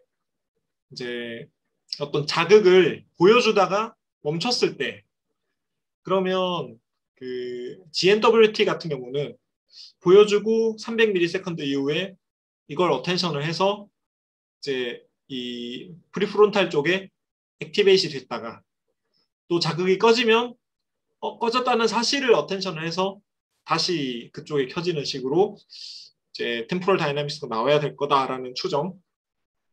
그리고 IIT는 그런 식으로 탑다운으로 뭔가 어텐션을 제어하고 이런 게 아니기 때문에 이제 그 자극이 바텀업에서 올라오면 300ms 된 이후에 핫존들이 그냥 활성화되고 자극이 꺼지면 다시 꺼지고 뭐 이런 식으로 될 거다라는 그냥 간단한 추정이고, 실제로 뇌가 어떤 식으로 기능하는가를 보면 되겠죠. 그래서 이거를 검증 과정 중에 있습니다. 그래서 제가 가려는 이제 그 미시건대는 GNWT를 주장하는 쪽이라서 제가 뭐 둘 중에 뭘 고르진 않겠지만 그래도 이제 이쪽에 좀 더 스트레스를 두고 뭔가 일을 하지 않을까 싶긴 한데, 그래도 IIT에서 말했던 이런 그 접근법들이 툴박스도 나오고 요런 그 파이라는 함수를, 그러니까 정보의 통합 상태를 정의하는 함수를 사용해서 분석해봤더니 뭔가 프레딕션 파워도 더 좋고 실험 결과를 더 잘 설명하더라라는 논문들도 있어서 이걸 그냥 어떤 도구로서는 앞으로 사람들이 의식 연구하는 사람들이 계속 쓰지 않을까 하는 생각이 있어요. 네, 그렇고. 그 다음에 이건 들어보신 분들이 계실지도 모르겠는데, 혹은 관심 있는 분들이 계실지도 모르겠는데, 이제 의식의 양자 이론이 있습니다. 이제 의식이 양자역학적 현상이라는 건데, 이걸 가장 액티브하게 주장하시는 분이 그 작년에 노벨 물리학상 받으신 로저 펜로즈 교수님, 되게 고령이신데 실제로 뵀어요. 학회에서 뵀는데 거의 원로급으로 학교에서 계셨고, 그래서 이분과 이제 스튜어트 하메로프라는 교수님, 이 두 분이 이제 의식의 양자 이론을 주장하는 거의 유이한 두 분이신데, 이제 이론 자체는 되게 오래됐고 한 70년대부터 있었고, 저도 뭐 양자역학 잘 모르기 때문에 제가 그냥 아는 한에서 설명을 드리자면, 이제 기본 전제는 그 뉴런 안에 있는 그 우리는 보통 이제 어떤 그 의식 혹은 어떤 정보 처리가 뇌에서 일어날 때 뉴런의 연결망, 그리고 시냅스 단위에서 뭔가 일어난다고 상상을 하잖아요. 이제 파이어링이 어떻게 되면 그게 의식이다, 뭐 이런 식으로 기본 가정을 그렇게 깔고 가는데, 이제 이분들의 주장은 그게 아니라 뉴런 안에 들어있는 미세 소관이라는 마이크로 튜뷸이라는 단백질 튜브가 있는데, 이 튜뷸린이라는 단백질 그 레고들로 이루어진 튜브들이 이제 엑손 그리고 뭐 덴드라이트 이쪽에 세포질을 가득 메우고 있는데, 이 튜뷸린 몰리큘 하나가 그 어떤 양자 상태를 저장할 수 있다. 얘가 이제 그 단백질인데 단백질의 어떤 그 구조 중 하나, 어떤 파켓이 이제 슈퍼 포지션이 가능하다는 거예요. 그래서 마치 양자 컴퓨터에서 말하는 그 큐빗을 저장할 수 있다. 0과 1의 상태를 중첩시킬 수 있다. 그리고 이 뇌 전체에 있는 어떤 마이크로튜블 네트워크가 그 미세 소관들이 서로 뭐 공명을 통해서 다 이어져 있다. 그러니까 퀀텀하게 이렇게 그 코히어런스가 일어나고 있다. 이런 식으로 얘기를 합니다. 그래서 뇌 전체가 그냥 퀀텀 컴퓨터다라고 얘기해요. 그리고 그 펜로즈는 그 클래시컬한 그 양자역학 해석 뭐라 그러죠? 그 뭐라 그러죠? 그 코펜하겐 해석을 믿지 않아요. 그래서 뭔가 웨이브 펑션이 콜랩스하고 뭐 이런 게 아니라 이제 이 orchestrated objective reduction이라고 하는데 객관적 환원 뭐 이렇게 얘기하는데 이제 orchestrate 돼 있다는 건 그 마이크로 튜뷸들이 엄청 잘 코헤런트하게 되어 있단 말이고 이게 뭐 관찰자가 있어서 뭔가 그 콜랩스가 되는 게 아니라 그 양자 상태가 뭐 이렇게 그 어떤 임계치 이상으로 슈퍼 포지션이 되고 나면 그냥 오브젝티브하게 그냥 리덕션이 일어난다. 관찰자가 있어서 그런 게 아니라 그냥 환원이 된다. 그래서 그 파이어를 하고 이제 뉴런이 파이어를 하고 이제 그때 그 튜뷸린들의 퀀텀 그 큐빗들이 결정된다. 그리고 그런 리덕션이 하나의 의식적 장면에 대응한다. 라고 얘기를 해요. 사실 저도 말하면서 무슨 소리인지 정확하게 잘 모르겠는데 우리가 그러니까 물리학적으로 그 단백질의 구조라든지 아니면 뭐 전자의 위치라든지 뭐 이런 것들이 그 관찰을 통해서 결정이 되는데 뭐 관찰자라는 게 따로 존재하는 게 아니라 이제 그 퀀텀 컴퓨터들이 엄청 이제 마이클 튜뷸리라는 퀀텀 컴퓨터가 뭐 그 원리는 잘 모르지만 그 어느 수준 이상으로 중첩이 쌓이다 보면 콜랩스가 그냥 돼버리고 그때 그 콜랩스가 되는 순간에 이제 그 퀀텀 스테이트에 대응하는 의식적 장면을 우리가 경험한다라고 얘기해요. 근데 이분들이 이런 이론을 만들면서 했던 얘기는 그러면 이 과정에서 뭐가 개입될 수 있냐 이제 마치 이런 식으로 비유를 해요. 그러니까 그 로봇이 나룻배를 저어서 나루터 강 건너 나루터에 도달하려고 하는데 근데 바람이 분단 말이죠. 근데 로봇은 그냥 시키는 대로 규칙에 따라서 그냥 목적지를 향해서 노를 저어요. 근데 바람이 이리저리 불면서 이제 그 디터미니스틱한 혹은 그 알고리즘적인 이제 로봇의 진행을 방해를 하고 결국 그 나루터가 이제 하나가 있는 게 아니라 뭐 세 개가 있는 거예요.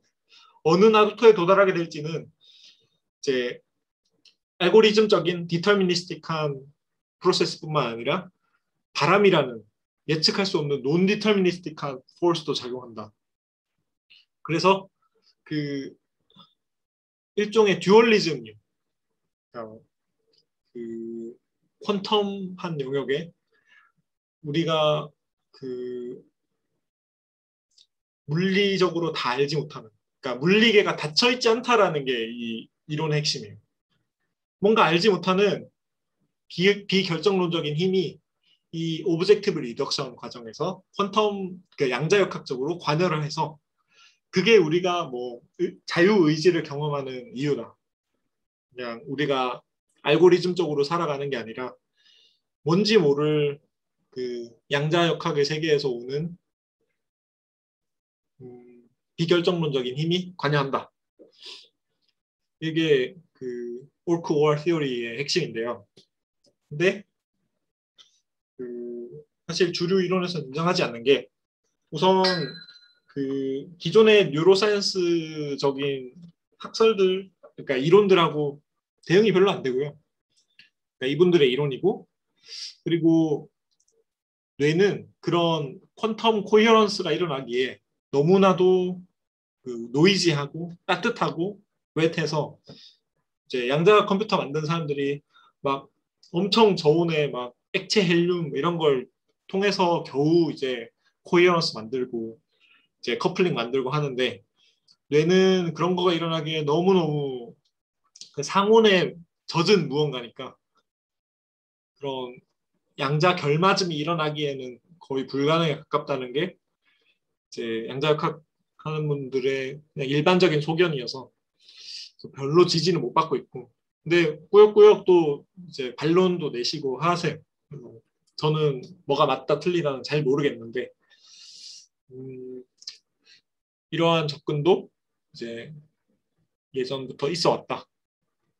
그리고 또 그 미디어 상에서는 또 이런 게 먹히나 봐요. 그래서 의식에 대한 처음 관심을 가지신 분들 중에 이제 양자의식이라는 키워드로 입문을 하시는 분들도 저도 꽤 봤고 그래서 하다 보니 찾아보다 보니 아닌 걸 알게 되는 분들도 있고 물론 뭐 틀렸다고 단정할 수는 없겠지만 이런 이론도 있습니다.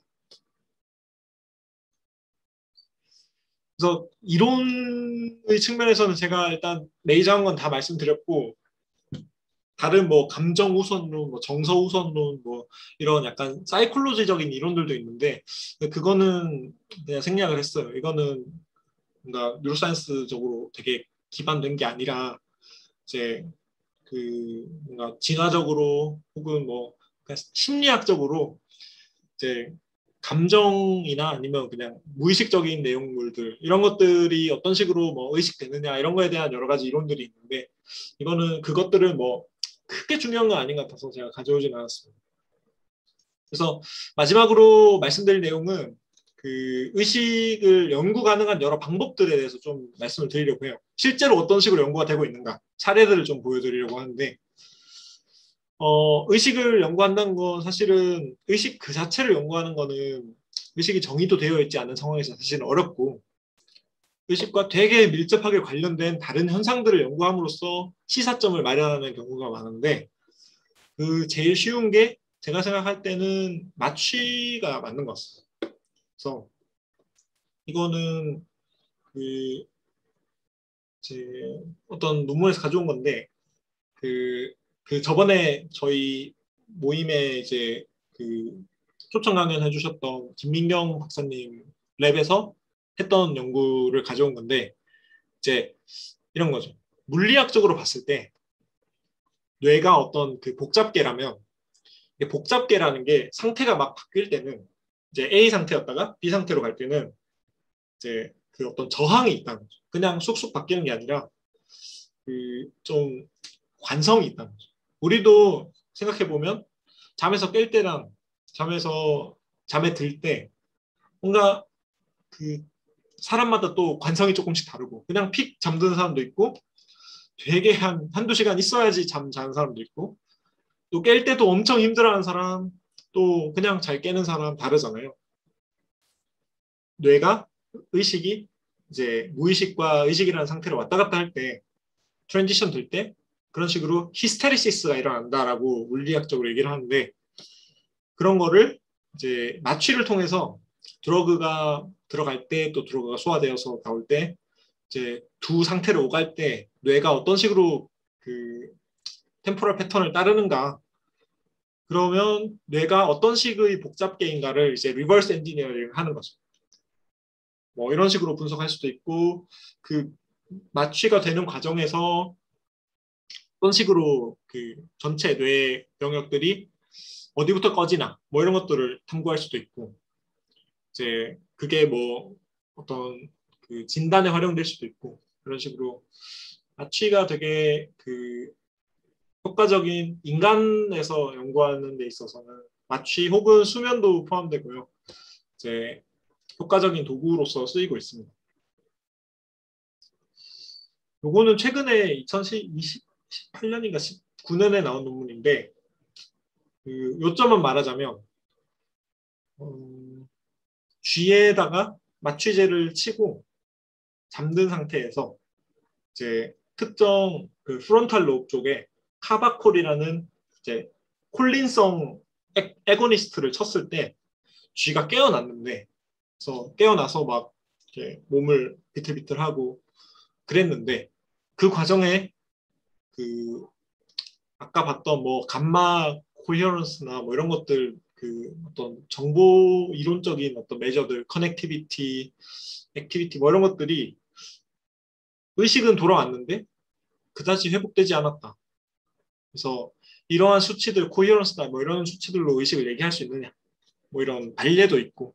그래서 이런 식의 접근이 이제 재밌는 거죠. 의식을 약물로, 지금 이건 인간이지만 이제 저번에 영서가 소개했던 논문도 이제 쥐를 이제 마취를 통해서 의식을 바꿨을 때 어떤 뉴런이 활성화되느냐 이런 거를 이제 분자 생물학적으로 볼 수도 있는 거고, 이제 정보 이론적으로 분석을 할 수도 있는 거고, 또 그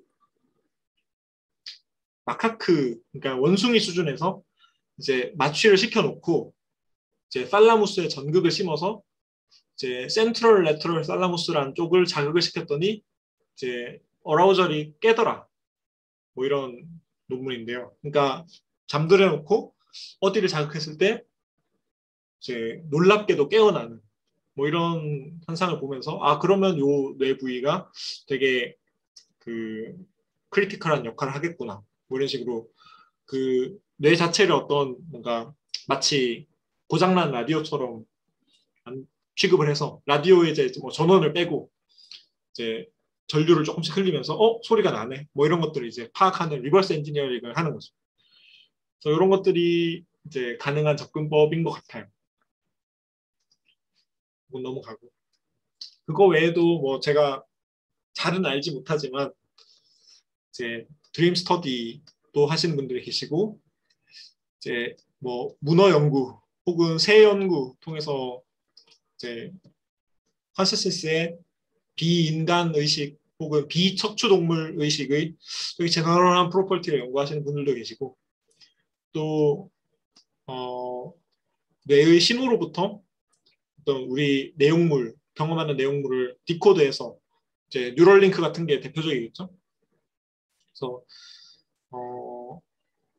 실제로 이런 걸 그 공학적으로 활용하려는 시도도 이루어지고 있고 그와 마찬가지로 이제 BCI나 BMI 통해서 브레인 머신 인터페이스나 브레인 컴퓨터 인터페이스 같은 걸로 뇌의 신호를 해석해서 뭐 그 원리가 어떻든지 간에 해석을 해가지고 디코드를 해서 그 손을 움직인다든지 이제 그 프로스테릭스 움직인다든지 하는 식으로 하는 것들이 사실은 다 의식 문제를 건드린다고 할 수 있죠.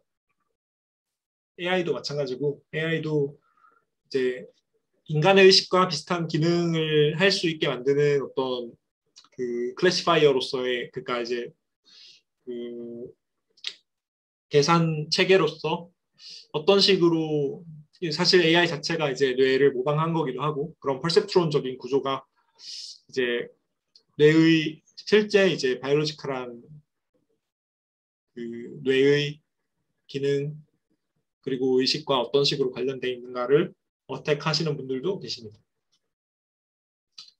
그래서 한 3차례의 그 강의를 마무리 지으면서 사실은 지지난주 끝났어야 되는데 제가 불가피하게 2번을 미루게 돼서 일단 제 어떤 퍼스널한 리마크를 정리를 하자면 일단 의식 자체가 밸리드한 사이언티픽 토픽이라는 거는 부정할 수 없는 사실인 것 같고 실제로 많은 분들이 연구하고 계시니까요.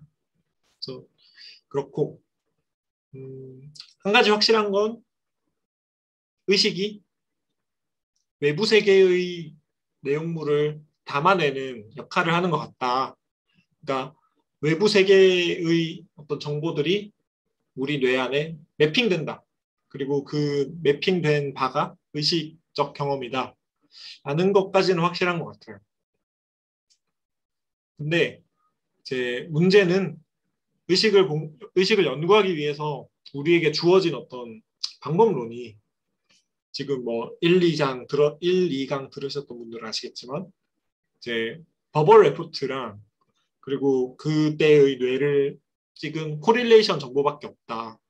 그게 사실은 다른 물리 현상과 달리 의식이 이제 first person perspective로 이제 일어나는 일이기 때문에 그 뇌 뚜껑을 까서 그 의식 속으로 쳐들어가서 남의 꿈 속으로 들어가서 뭘 경험하고 있는지 알아낼 수 없다는 게 지금까지의 문제인데, 근데 그렇다고 해서 의식을 탐구할 수 없다고 얘기하는 거는 그거는 그냥 철학자들의 어떤 이야기인 것 같고, 암흑물질을 연구하는 것보다는 훨씬 나은 상황이 아닌가. 그래서 그다지 나쁘지 않은 상황인 것 같다라는 생각이고요. 그리고 제가 요새 논문을 읽으면서 드는, 그리고 또 지금까지 살펴봤던 그 이론들을 쭉 하나로 놓고 이제 퍼즐을 맞춰봤을 때 드는 생각은, 어쨌든 콜텍스에서 정보의 통합이 일어나고 그게 살라무스나 또 브레인스템에 의해서 그게 조절되고 스위치가 있고, 그리고 그게 로컬한 영역에서 또 홀브레인 영역에서 싱크로나이즈가 되고,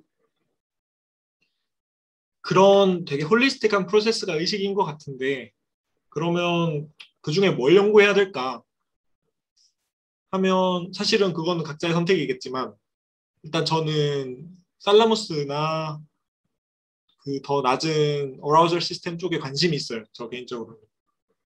콜텍스는 그것을 뒷받침하는 무언가라고 지금 저는 생각이 들어요. 그래서 그 종 간에 혹은 부위 간에 이제 공통적으로 존재하는, 우리가 의식이 있다고 생각되는 동물들이 공통적으로 가지고 있는 로우 레벨한 서킷 메커니즘들을 좀 더 보면 좋지 않을까. 왜냐하면 그 데네피질 자체는 사실 인간에게만 있고, 인간이 아니라 포유동물에게서 되게 발달해 있고, 제가 저번에 이제 이 모임에서 저널클럽 하기도 했었는데, 그 새의 의식을 측정한 논문이 있었는데, 새 같은 경우는 데네피질의 구조가 인간이랑 굉장히 다르고 층상 구조도 없고, 그런데도 실은 되게 하이어 커그니티브하게 펑션을 한단 말이죠. 그리고 문어는, 제가 문어가 여기 왜 있는지 이제 생각이 나는데, 문어는 거의 뭐 뇌라는 것도 없고 사실은 이제 그 분산신경계란 말이죠. 다리 하나하나가 각자 이제 분산적으로 뭔가 처리한다고 알려져 있는데, 근데도 문어도 마찬가지로 기능적으로는 막 사람도 알아보고 친구도 되고, 이제 되게 소셜하게도, 물론 얘네들끼리 소셜하게 하지 않지만 이제 인간과 충분히 교감을 한다면 알아보고 이렇게 마치 이제 강아지처럼 행동하기도 하고 굉장히 복잡한 행동을 하는 걸로 알려져 있어서, 그러면 이런 그 수렴 진화적인 특성을 생각해 봤을 때 꼭 콜텍스가 필요한 걸까? 그건 아닐 수도 있고, 그 신경계라는 어떤 그 생물학적 구조 자체가 이제 어떤 모티프가 이제 있고, 그것들이 인간의 경우에는 층상 구조, 콜텍스라는 구조가 생겼고, 이제 새 같은 경우는 여전히 대뇌 쪽도 이제 신경절 단위로, 이제 뉴러널 그룹 단위로 이렇게 있고, 또 문어 같은 경우는 분산신경계가 됐고, 그렇지만 그 되게 밑단의 로우 레벨 서킷 메커니즘은 동일할 수도 있다. 그래서 아마 그런데 어떤 큐가 있지 않을까 하는 게 지금 제 추정이에요.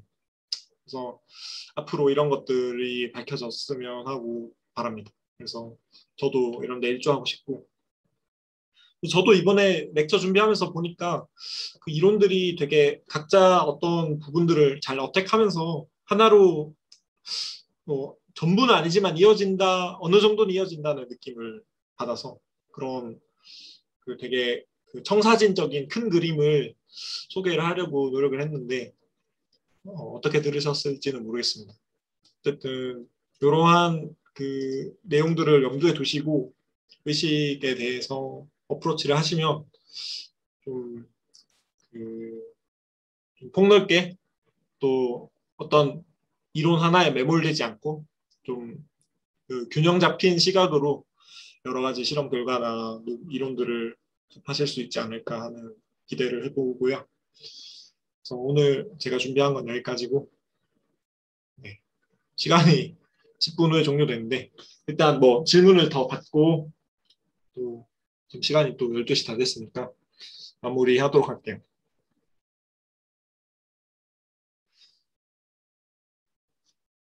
저 물 좀 뜨겠습니다.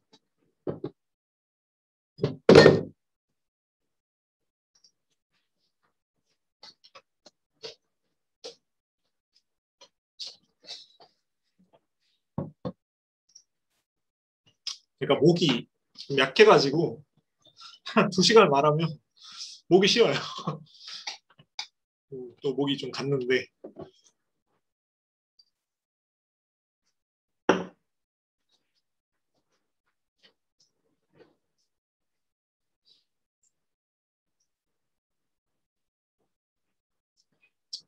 질문이나 코멘트 있으신가요?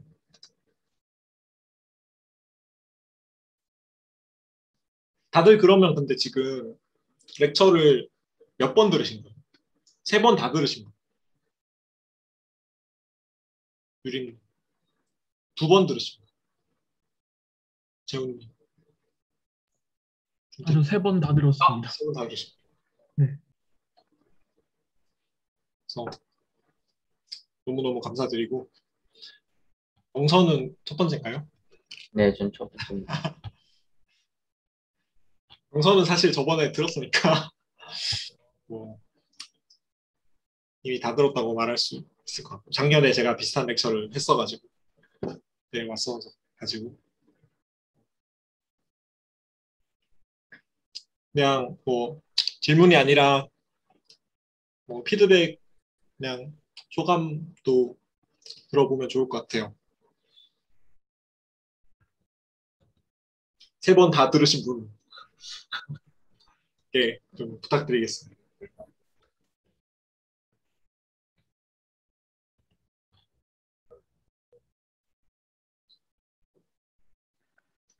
제가 먼저 하자면은 그냥 의식과학이라는 게 되게 막연하게만 다가왔는데 뭐 철학부터 과학까지 너무 방대하게 얕게 알아야 되는 게 너무 많고 정말 그 중에서도 그래도 관심 있는 거를 좀 개인적으로 파면 어쨌든 간에 어떤 방식으로든 기여를 할 수는 있지 않을까 이런 좀 희망이 생기는 그런 기회였다고 생각이 됩니다. 그래서 너무 준비를 그 현우님이 막 번역도 많이 해주셨는데 책을 막 다 읽어보지 않아도 이런 거의 장장 6시간 되는 그 부트캠프 렉처로 정리해서 들을 수 있어서 너무 감사했습니다. 감사합니다. 아, 감사합니다. 그러면 뭐 여러 가지 뭐 분야나 아니면 뭐 주제 중에 혹시 들으시면서 좀 관심이 생겼다거나 아니면 좀 그런 게 있을까요? 저는 잘은 모르겠는데 그래도 인간 연구를 하고 싶다 이런 생각이 좀 더 강했었다면 인간 말고 좀 더 동물이나 다른 의식이 있을 법한 크리처들에도 관심을 가져봐야겠다. 좀 시야가 넓어지는 것 같아요. 그런 쪽에 관심이 생겼습니다. 감사합니다. 준태님이 질문을 주셨는데 뉴럴 스티뮬레이션 할 때 전기작 방식은 로컬리 스티뮬레이트만 가능할 텐데 의심 연구에 사용된 사례가 있나요?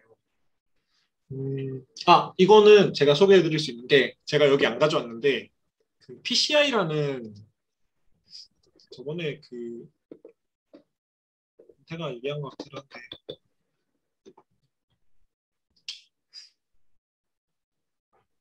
Perturbation Complexity Index라는 게 있는데요. IIT 연구할 때 쓰이고 헐 페이지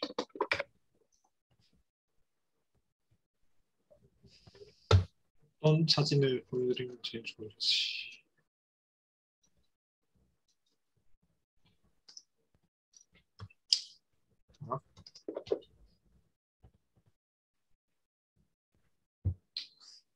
그냥 사진 아무거나 가져온 건데요.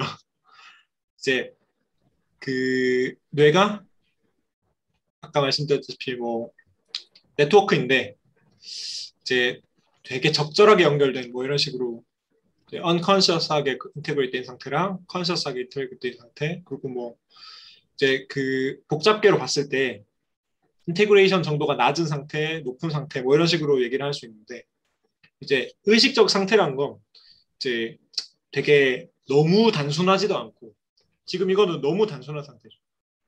그냥 어디 하나를 자극했더니 다 연결돼 있어서 그냥 모든 부위가 다 똑같이 반응하는 이런 상태고, 인테그레이션이 너무 떨어지면 그 로컬라이즈 돼가지고 이 자극이 다른 뇌 부위로 안 퍼지는 뭐 이런 상태도 나쁜 상태고, 되게 복잡하게 자극받은 부위에서는 뭐 이런 반응이 나오고 또 다른 데서는 뭐 더 관련된 다른 반응이 나오고 뭐 이런 복잡한 신호가 나와야 인테그레이션이 높은 상태다라고 얘기를 하고, 그래서 그 전기 자극 혹은 보통은 이제 마그네틱 스티뮬레이션을 특정 뇌 부위에 쏘고 그게 그와 동시에 EEG를 재면서 이제 그게 어떤 식으로 퍼져나가는지를 봐요. 그리고 그 신호를 얼마나 잘 압축할 수 있는지 이제 인덱스를 재요. 그래서 단순한 신호면 압축이 많이 될 거고 복잡한 신호면 압축이 잘 안 되겠죠. 그래서 압축률을 보고 그게 이제 perturbation complexity index라고 하는데, 그래서 이걸로 의식을 이제 정량하겠다는 시도인 거죠. 네. PCI가 높으면 의식이 있는 거고 없으면 낮으면 무의식의 이라고 생각할 수 있겠죠. 그래서 실제로 그런 걸 상태별로, 그러니까 이제 실제로 코마 환자인 사람에게서 같은 실험을 했을 때 어떤 식으로 됐는지 본 피겨가 있었는데 어느 정도는 있어요. 그 코릴레이시 있어요. 근데 이걸 뭐 진단에 쓰기에는 에러바가 너무 커요. 사람마다.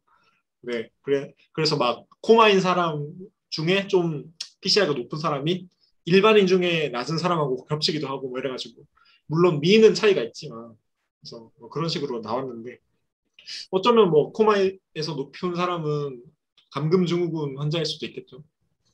그래서 이런 식으로 그 로컬 스티뮬레이션을 이제 의식 연구에 활용할 수 있습니다.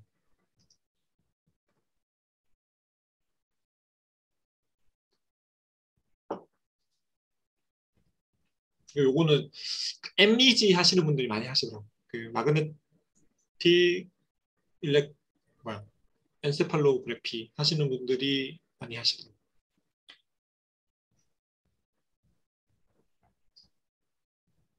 네. 또 3번 다 들으신 분.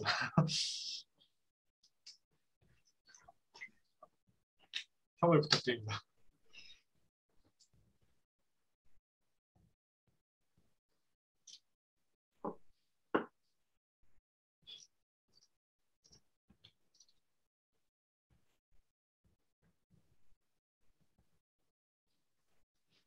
안 계신가요? 아까 계셨지 않나요? 좀 말하면 네네네. 김영서 선배님 마이크가 계속 켜져 있어서 말씀하실 줄 알고 저는 그냥 이런 의식적으로는 완전히 새롭게 배우는 거라서 완벽하게 이해하지는 못했지만 뭐 첫 주 철학부터 해서 과학적인 것까지 다 그냥 새롭게 배우는 느낌이어서 재밌었어요. 그냥 수고 되게 많으셨구나 싶고 너무 어렵다는 생각도 들었습니다. 그렇군요. 어떤 부분이 좀 난해했을까요? 저도 이제 사실 인트로덕터리 렉처로 사실 뭐 어느 정도 그걸로 해야 될지 저도 경험이 많지 않아서 좀 시행착오가 있었을 수도 있는데 그 부분 좀 죄송하고 아니요.